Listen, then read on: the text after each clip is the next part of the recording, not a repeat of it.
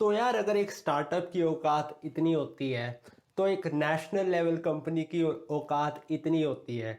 और अगर एक नेशनल लेवल कंपनी की औकात इतनी होती है तो एक मल्टीनेशनल कंपनी एमएनसी की औकात इतनी होती है। और अगर एमएनसी की औकात इतनी होती है तो भैया गूगल की औकात इतनी होती है। ठीक है, मतलब स्टार्टअप का लेवल ये, नेशनल लेवल कंपनी का लेवल ये, एमएनसी का लेवल ये, और गूगल का लेवल तो भैया सबसे ऊपर। मतलब भैया अगर जॉब्स की बात करें, प्लेसमेंट की बात करें, तो गूगल की जो औकात है ना भाई शायद ही कोई और कंपनी मैच कर पाए, राइट।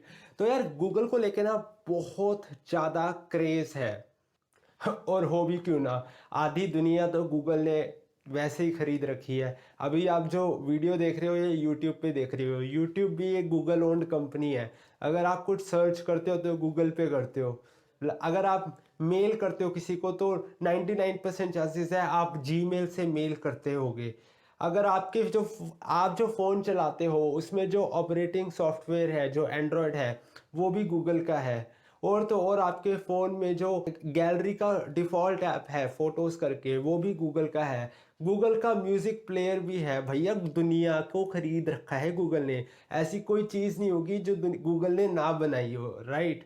सिवाय एक चीज़ के, वो है दुनिया भर की भरमार प्लेसमेंट अपॉर्चुनिटीज़। गूगल में प्लेसमेंट अपॉर्चुनिटीज़ बहुत कम है। गूगल ने सब कुछ बना दिया, पर when it comes to placement opportunities उन्होंने बहुत कम दी है। और यार कम तो होनी थी ना यार, जब सारी दुनिया एक ही चीज़ के पीछे भाग रही है। तो यार सप्लाई डिमांड का खेल है। अब गूगल की प्लेसमेंट लेना मुश्किल है पर नामुमकिन नहीं।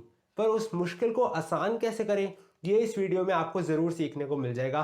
पर हाँ, वीडियो को शुरू करने से पहले फटाफट बोल देना चाहता हूँ, इस वीडियो का टारगेट है 75 लाइक्स।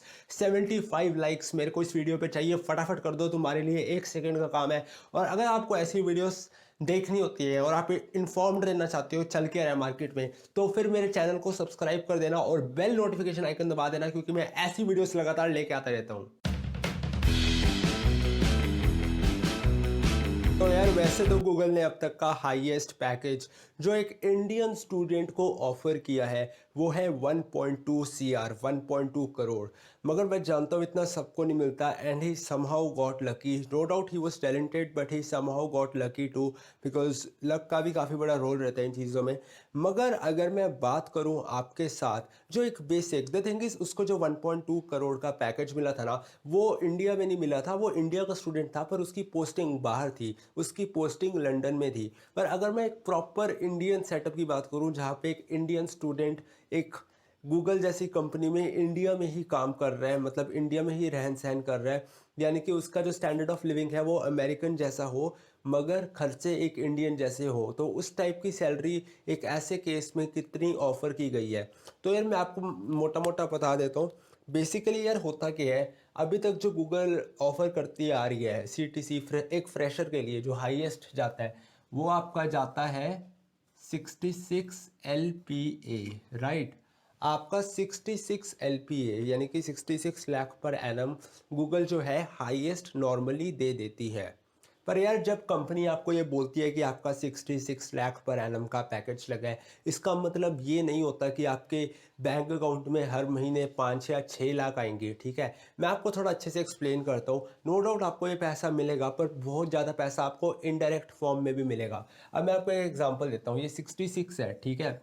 अब नॉर्मली होता क्या है, 66 में से आपका जो सपोज एग्जांपल लेके चल रहा हूँ, एक एवरेज लेके चल रहा हूँ, गूगल अगर आपको 66 का पैकेज दे रही है तो उसमें से आपका जो 16 लाख पर एनम है ना, वो 16 लाख पर एनम आपकी क्या होगी, आपकी होगी बेस सैलरी। बेस सैलरी मतलब अगर आप 16 को 12 से डिवाइड करोगे, जो भी आएगा 1 पॉइंट करके जो भी आएगा उतना आपको हर महीने मिलेगा। आपको लग रहा होगा आपको 5 लाख हर महीने मिलेगा, पर यहाँ पे आपको 16/12 1 पॉइंट करके जितना भी आता है कैलकुलेट कर लेना, उतना आपको जो है हर हर महीने सैलरी मिलेगी 16/12 लाख। ठीक है, उतनी 1 पॉइंट लाख करके कुछ आएगी। तो आप बोलोगे भैया ये तो ठीक है, आप मेरे को ये बताओ कि इन्होंने तो वादा किया था कि साल के 66 लाख मिलेंगे और आप कह रहे हो कि साल के 16 लाख मिलेंगे सिर्फ, तो बाकी के 50 लाख का क्या हुआ। तो यार जो बाकी के आपके जो 50 लाख हो गए ना, वो आपके कहाँ पे खर्च हो जाते हैं, वो आपके खर्च हो जाते हैं, कंपनी इनडायरेक्ट फॉर्म में आपके ऊपर ही खर्च करती है बट डायरेक्टली आपके बैंक अकाउंट में नहीं डालती। वो आपके चले जाते हैं कंपनी के स्टॉक्स में। कंपनी आपको कोई स्टॉक देती है अगर सपोज करो, ठीक है, फिर उसके बाद आपके कुछ बोनसेस हो गए, जब आप कंपनी में जॉब करते हो तो आपको कुछ बोनसेस भी मिलेंगे, ठीक है, स्टॉक हो गए, बोनसेस होंगे। और मोस्ट इंपॉर्टेंटली जिसमें सबसे ज़्यादा मोटा खर्चा आता है वो आता है यार आपका फॉरेन ट्रिप्स में, ठीक है। इसे ट्रिप्स कहना गलत होगा, बेसिकली कंपनी आपको एक काम से भेज रही होती है, तो बेसिकली जो बचा हुआ 50 लाख पर आना है वो कंपनी आपको कुछ उसके स्टॉक्स दे देगी, कुछ बोनसेस दे देगी। स्टॉक्स और बोनसेस आपको इनडायरेक्टली पैसा ही है, वो आपको पैसा ही मिल रहा है, पर फॉरेन ट्रिप्स में आपको कोई पैसा नहीं मिल रहा, वो बस कंपनी आपके ऊपर खर्च कर रही है। और आपको तो पता ही है यूएसए की टिकट कितनी महंगी होती है, लाखों की होती है। तो उस हिसाब से 50 लाख को इतना इंप्रेसिव हुआ नहीं, क्योंकि आपका 50 लाख में से मेजॉरिटी तो ऐसा है फॉरेन ट्रिप्स जो आपको डायरेक्ट बैंक अकाउंट में नहीं मिल रहा। डायरेक्ट बैंक अकाउंट में एक आपको आपका जो 16 लाख पर एनम है वो मिल रहा था, और दूसरा आपको जो स्टॉक्स और बोनसेस कंपनी डिसाइड करेगी कितना देना है उस हिसाब से आपको मिलेगा। बाकी मेजॉरिटी जो होगा 50 लाख में से मेजॉरिटी आपका फॉरेन ट्रिप्स में चला जाएगा। जैसा कि आपको पता है कि गूगल का हेडक्वार्टर यूएसए में है, वो एक इंडियन कंपनी नहीं है।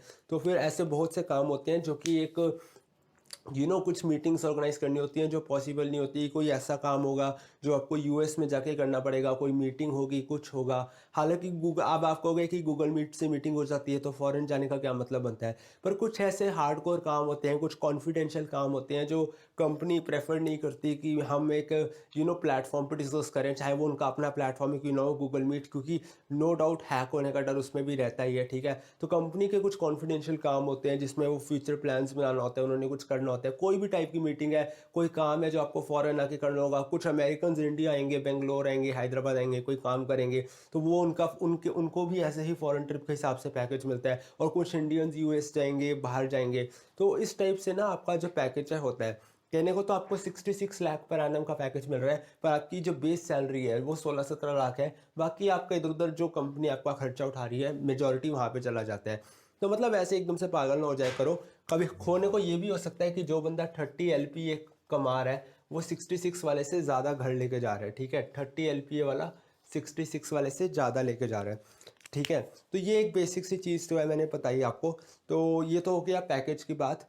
अब हम बेसिकली क्या कहते हैं, आगे बात करेंगे कि अगर आपको गूगल में जाना है तो उसके लिए आपको क्या सिलेबस पढ़ना पड़ेगा, किस तरीके से तैयारी करनी पड़ेगी, कौन से स्किल्स हैं जो आपको अपने अंदर इनहेरिट करने पड़ेंगे।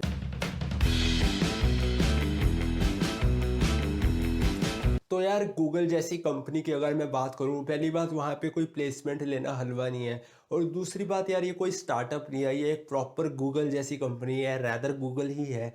तो यार ये नॉर्मली क्या होता है, आपको किसी छोटे मोटे स्टार्टअप पे जॉब चाहिए होता है, कोई कोडिंग का, कोई पाइथन का, कोई वेब डेवलपमेंट का, कुछ का भी। वो क्या करते हैं, सिर्फ आपके ना टेक्निकल स्किल्स देख लेते हैं, और अगर आपके थोड़े बहुत बाकी स्किल्स हैं, कम्युनिकेशन थोड़े बहुत भी है, तो आपको ले लेते हैं। पर गूगल यार, क्योंकि आप इतनी रेप्यूटेड कंपनी है, उतनी इनकी मार्केट वैल्यू उनकी ज़्यादा है, और इतनी बड़ी और मैसिव कंपनी है, तो उनको जो एम्प्लॉयज़ चाहिए रहते हैं वो भी हद से ज़्यादा स्किलफुल चाहिए होते हैं, ठीक है। उनको बहुत स्किल्ड एम्प्लॉयज़ चाहिए होते हैं। तो यार गूगल जैसी कंपनी की जब मैं बात करूँ ना यार, तो नॉर्मली होता क्या यार, उनको सिर्फ ये नहीं चाहिए कि आपकी कोडिंग अच्छी है, ये है, वो है, ऐसे तो आपको बहुत लोग मिल जाएंगे। उन्हें आपके अंदर एक परफेक्ट कॉम्बिनेशन चाहिए, एक परफेक्ट पर्सनैलिटी चाहिए, जो कि ना सिर्फ उनकी कंपनी का काम पूरी एफिशिएंसी के साथ कर पाए, बल्कि उनकी कंपनी को एक तरीके से अच्छे तरीके से रिप्रेजेंट भी कर पाए।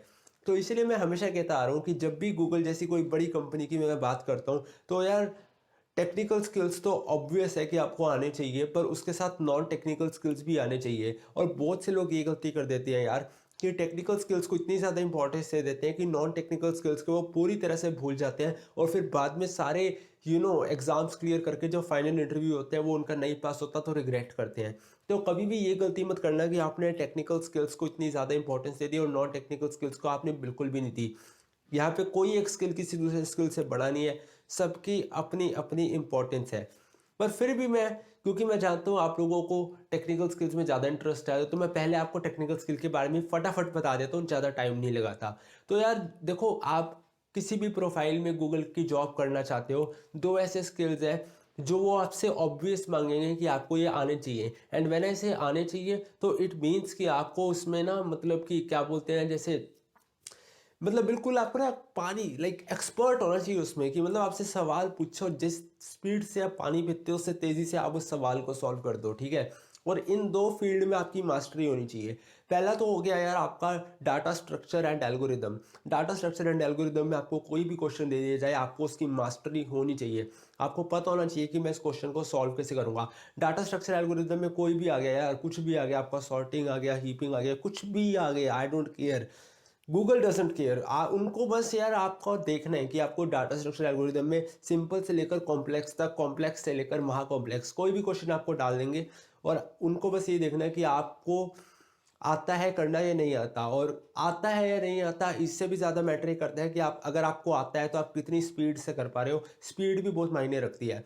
हालांकि गूगल एक स्टार्टअप की तरह अपने एम्प्लॉयज़ से कुत्तों की तरह काम नहीं कराते कि स्पीड से लगे रहो, बट दैट डजेंट मीन कि उनको ऐसे एम्प्लॉय नहीं चाहिए जो स्पीड में काम कर सके। आपको एक अच्छी वर्क कल्चर वहाँ पे मिलेगा, इतना कुत्तों की तरह काम नहीं करवाएंगे, मगर एट द सेम टाइम वो आपसे एक्सपेक्ट करते हैं कि कल को अगर उनको कोई प्रोजेक्ट जल्दी से जल्दी लॉन्च करना है तो एटलीस्ट उनके पास जो एम्प्लॉयज़ हैं उनमें इतनी कैपेबिलिटी हो कि वो कर सकें। तो डाटा स्ट्रक्चर एल्गोरिदम तो एक चीज़ होगी।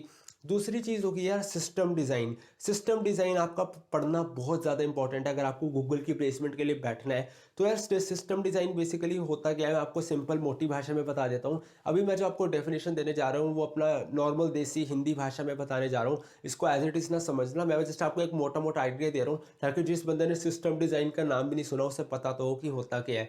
तो यार जैसे कोई भी, अगर मैं आपको बोलूँ कि इंस्टाग्राम हो गया, फेसबुक हो गया, यूट्यूब हो गया, या जितनी भी आईटी कंपनीज हैं, इनका ये बेसिकली सिस्टम डिज़ाइन दो शब्दों से बना होता है, एक है सिस्टम और एक है डिज़ाइन। तो बेसिकली अगर आप सपोज करो इंस्टाग्राम चला रहे हो, उसमें जब आप खोलते हो तो यूज़र इंटरफेस में आपके सामने क्या क्या फीचर्स आते हैं, like, comment, share, direct message, ठीक है।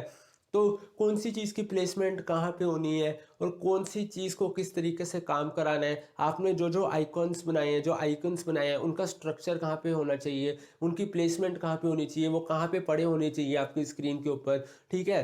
तो जो सिस्टम डिज़ाइन है वो इससे बहुत ज़्यादा वास्ट है, पर मैंने आपको एक मोटा मोटा बता दिया। अब यूट्यूब पे वीडियो देख रहे हो, इधर ऊपर वीडियो चल रही है, नीचे लाइक डिसलाइक का ऑप्शन है, तो ये आइकन कहाँ पे होना चाहिए, इनकी फंक्शनैलिटी क्या होनी चाहिए, इनकी प्लेसमेंट कहाँ पे होनी चाहिए, ये पड़े कहाँ पे होने चाहिए, और कमेंट्स लाइक और डिसलाइक से नीचे होना चाहिए। ये जो चीज़ें डिज़ाइन करता है, ये सिस्टम डिज़ाइन इंजीनियर्स इनको करते हैं, और कुछ एनालिस्ट भी होते हैं जो इसके ऊपर और काम करते हैं। तो डाटा स्ट्रक्चर एल्गोरिदम क्या होता है, मोस्टली जो आपके कॉलेज में स्टूडेंट्स हैं उनको पता होता है, पर सिस्टम डिज़ाइन क्या होता है ये इतना आइडिया अच्छे से नहीं होता। तो इसीलिए मैंने एक बेसिक आइडिया दे दिया कि सिस्टम डिज़ाइन होता क्या है। तो ये तो यार आपके हो गए टेक्निकल स्किल्स। अब यार नॉन टेक्निकल स्किल्स में एज द वर्ड सजेस्ट आपके अंदर होने चाहिए सॉफ्ट स्किल, आपके अंदर होनी चाहिए कम्युनिकेशन स्किल, आपके अंदर होने चाहिए पीपल स्किल, कि आप बात कैसे करते हो। जब आप इंटरव्यू में बैठने जाते हो, आपको लगता है कि जब आप सीट पे बैठ चुके हो उसके बाद आपका इंटरव्यू शुरू होता है, पर जब आप दरवाजे से एंटर करके सीट पे बैठने जाते हो आपका इंटरव्यू तभी से शुरू हो जाता है।